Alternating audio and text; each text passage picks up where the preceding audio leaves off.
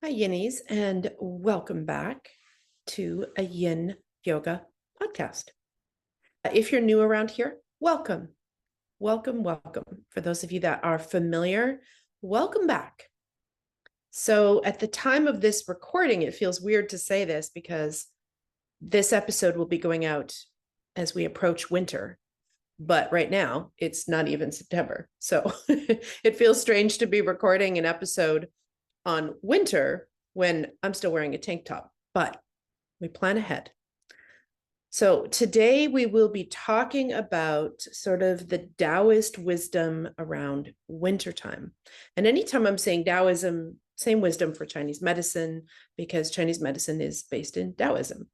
So we're going to talk a little bit about that in just a moment. Before we do, just a reminder, this podcast discusses adult subject matter and contains adult language. So although I have the soul of a mermaid, I also have the mouth of a sailor. So if you've got small people around, take a moment now to pause this and get yourself some headphones. I'm going to share a podcast review with you before we dive into today's topic. And this one is Sweet and Simple. Awesome podcast for Yin Yoga teachers. This is by eRocks12. Nick is incredibly knowledgeable and lives and breathes the practice. Give her podcast a listen. Thank you, eRocks. I like your handle, by the way. So this will be the second to last episode of the third season. I can't believe that we're already nearing the end of the third season. And then we'll take a small break and we'll be back in the new year. Today, I wanted to talk more about winter and how winter is viewed in Taoism and in Chinese medicine, which is quite different than how we deal with it in the West, and any wisdom that we can glean from that. And also for those of you that are teachers, to start to take some of this wisdom and energy into your classes and also into your own practice. So that's what we're going to talk about today. Now, I have already done last year at this time, I did an episode called You Are Wintering, where I talk about why planning New Year's resolutions at that time of year is not a smart idea. I will link that one in the episode notes, which are always available on my website. So if you ever want to see the full show notes, just click the link and go over there. I will also include a link to the overview that I did, or the 101 on the 5 elements. There was an episode earlier in this season on that. So I'll also link to that one if you want to hear about the other ones, the other elements and the other seasons, or if you just want to hear more about this, if this is fascinating to you, like it is to me.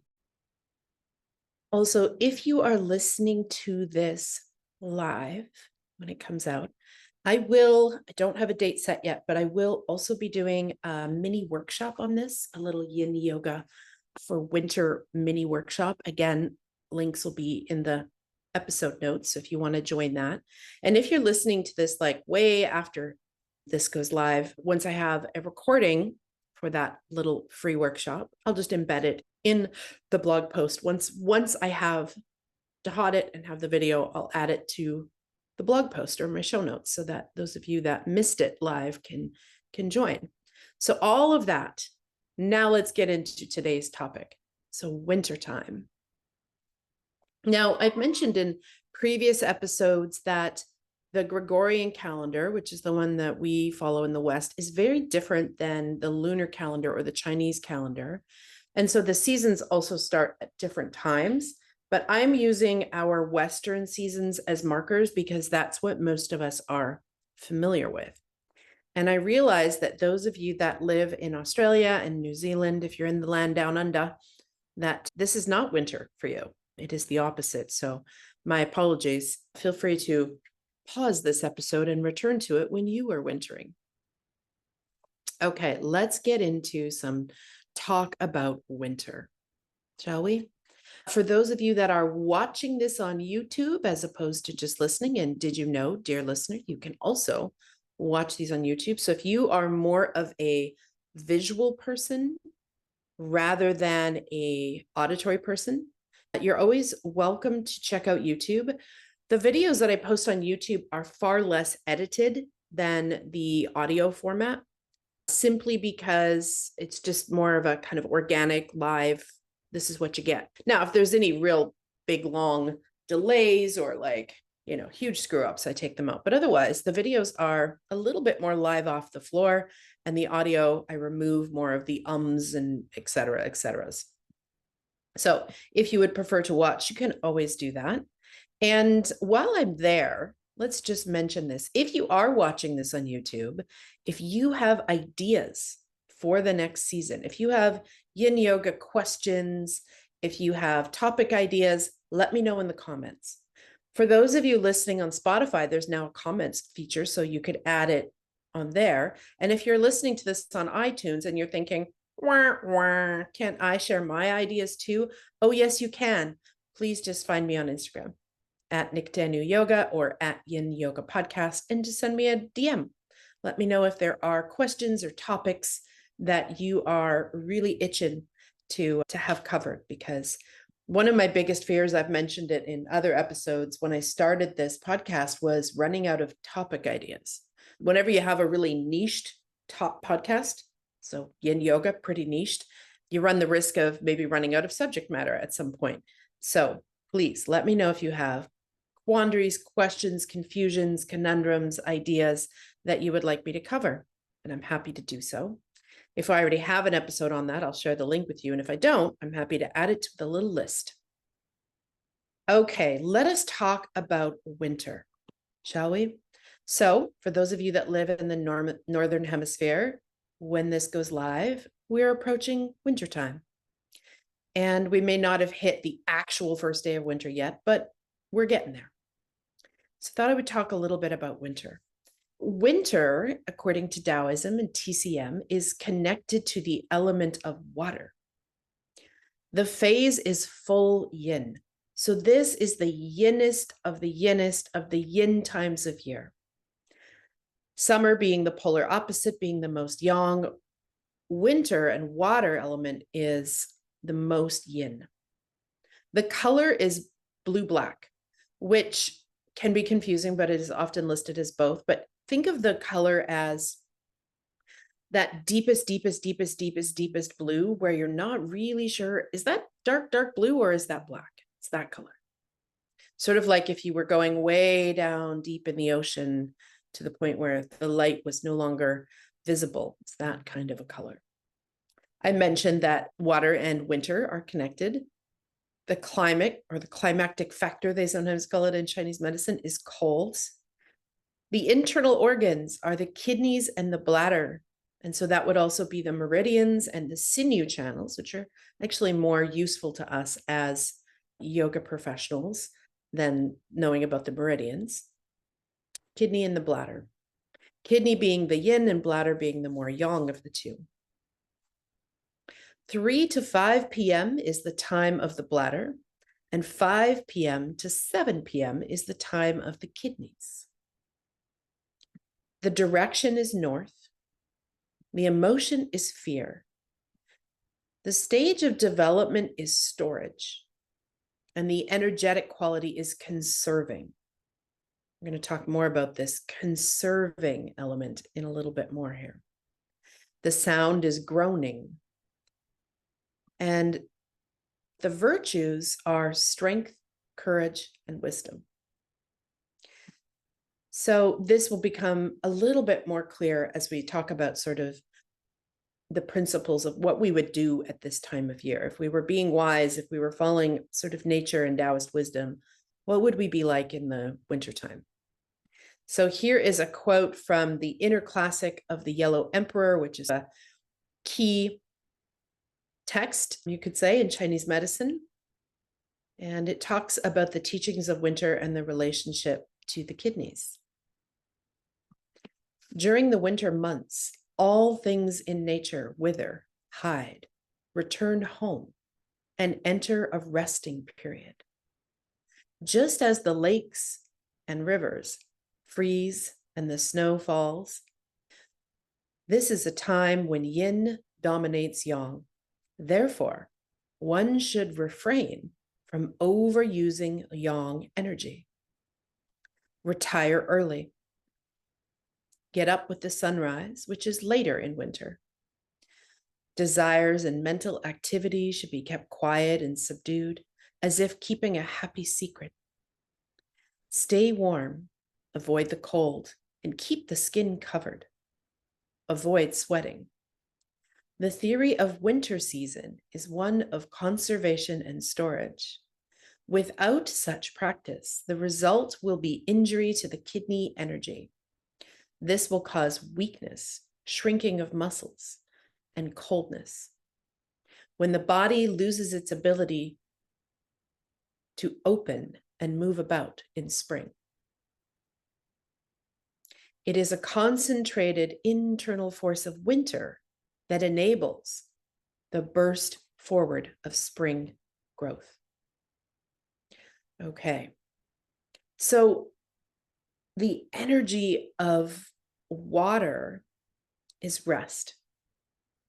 Now, there is still work going on, but it's a more internal work. And although it's less visible, the time of work in the winter is still very deep and very poignant. The energy is collected and held in reserve. And this deeply nourishing yin time of year gives us the needed energy going into our inner landscape, into our hearts and our minds to discover our vision and our purpose. And to learn about what is working in our lives, what is not working in our lives. It is a time of deep reflection. This deeply nourishing yin time of year gives us that vision and purpose and clarity, which we emerge with in the spring, which is actually the season of growth and bringing on new things and renewal of spirit and fresh starts. So in wintertime, we get it backwards in our Western culture. We start thinking about our New Year's resolutions and all the things that we're going to do and all the habits we're going to break and all the new habits we're going to bring in. And this is why New Year's resolutions are rarely successful for two reasons. If you haven't embraced the fall, which we've already talked about in this season, and you haven't gone through that process of letting go, then if you haven't let go, you don't even have space in your life for the new things, for the New Year's resolutions, the new habits, all of the things, because most of us are busy. And so there's that fall element of letting go, clearing out, letting go of what doesn't serve you, whether that be stuff or energies or habits or other people in your life, whatever it is. And then the energy of winter is time for that internal work. This is the time that we schedule in more time to discover yourself through reflection, meditation, yoga, journaling, dream work, gentle breath work. These are all great winter activities. And those activities can help us to work through fear and sometimes the depression that can happen in wintertime. If we're not careful, we can fall into the habit of seeking out things that bring us light and joy in the winter. Look at the whole holiday season, right? It's all about light and joy and bright and loud and being social and entertaining and seeing people. But rather, what would be wiser is in this season to make a deeper connection to yourself and to those closest to you, a deeper connection. So not a sort of surface social obligation, I have to go to all these things, a connection. This is a deeper connection to those that are closest to you. But we have to be really mindful that we're not overextending ourselves, which I see so many people do in this time of year of the holidays, right? So if you celebrate any kind of holidays, whether it be Hanukkah or Christmas or Kwanzaa in this time of year, or solstice or Yule, whatever it is, we want to be really mindful that we're finding that harmony of that fire energy, which is that socializing, going outward, entertaining, all that, and the water, the yin, the stillness, the introspection, So this is what we need in order to have a well psyche and some well-being.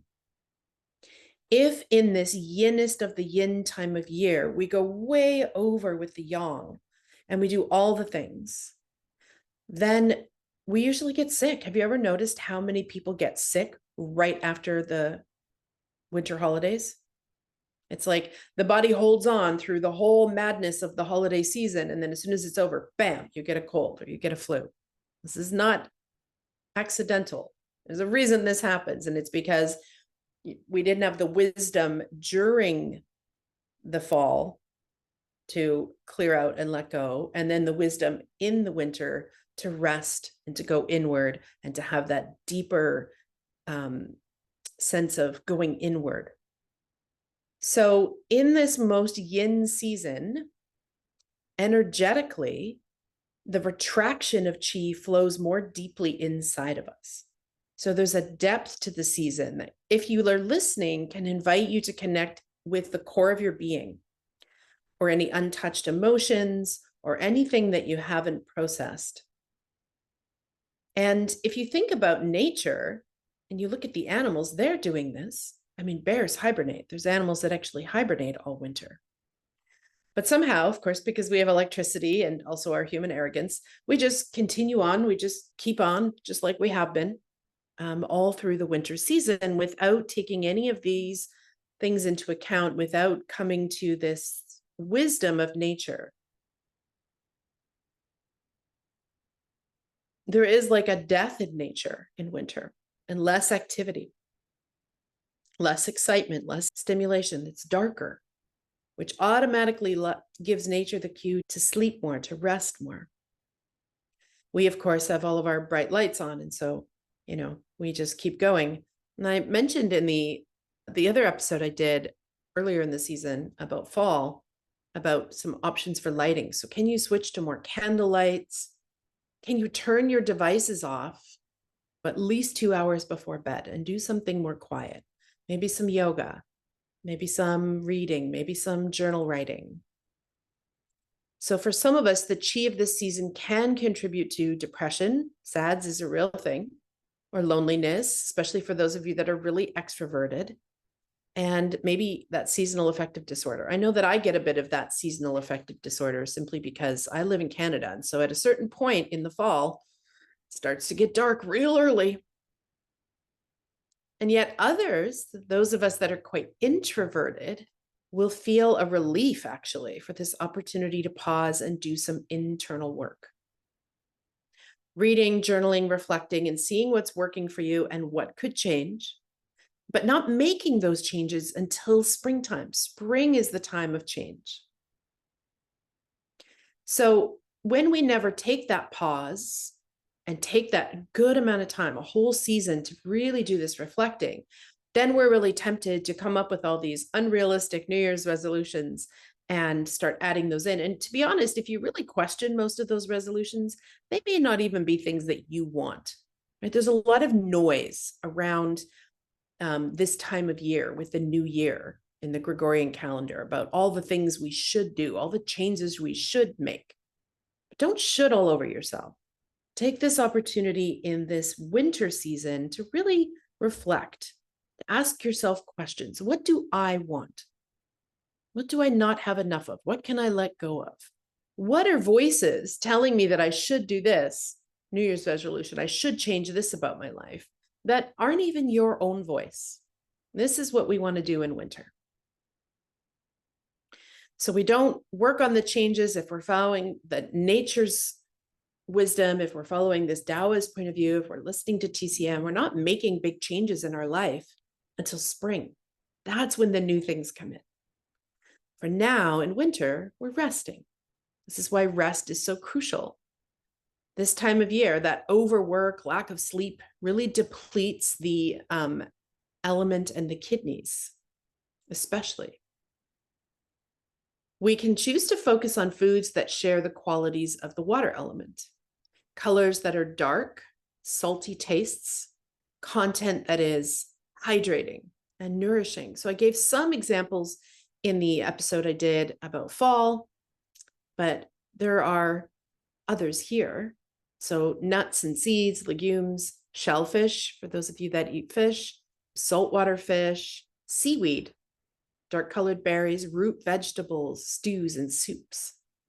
And we're also switching to eating warm or cooked foods and limiting raw foods to a bare minimum at this time of year. And a great time to start introducing the warming spices like ginger and cardamom. So in this darkest part of the year, in this most yin time, in the yinnest of the yin, when the days are shortest, nature asks you to slow down, pour yourself a cuppa, be with loved ones, or spend more time alone, to listen to your heart rather than to speak. In this time of year, the earth silently is sleeping. The seeds are resting, waiting for spring, and the animals are hibernating. And we, my friend, are animals. However, we as humans, we're not wise, rush out frantically to malls, stressing ourselves out with activities, when really, if we're really listening, what we want is to rest, to dream, to gather strength in our bodies for the upcoming season and the activity of spring. So nature teaches us that resting and drawing inward is a time that is present for all living things, not just for our animal friends. And that this rest is so necessary. That comes later in this season. We need this rest. If you do not take the rest, your body will take it for you. It will plant you on your ass with some kind of cold or flu that you have to deal with. I'm going to share a poem with you that was written by Ruth Barrett, which summarizes this winter quite well.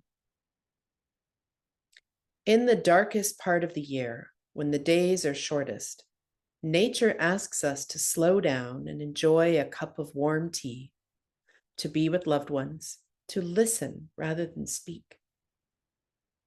Under the ground, the earth silently sleeps. Seeds rest in suspended animation, and the animals hibernate. In contrast, we humans rush around frantically to malls, stressing ourselves out with activity, when really we yearn to rest, dream, gather strength in our bodies for the upcoming season of renewal. Nature teaches us that resting, drawing inward for a time, is present in all living things. Rest is necessary for the growth that comes later in the season. So I don't think I could have said it better myself.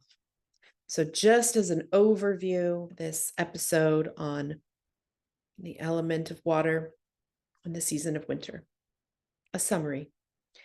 So the phase is full yin, deepest yin, the most yin-like activities. The color is blue-black.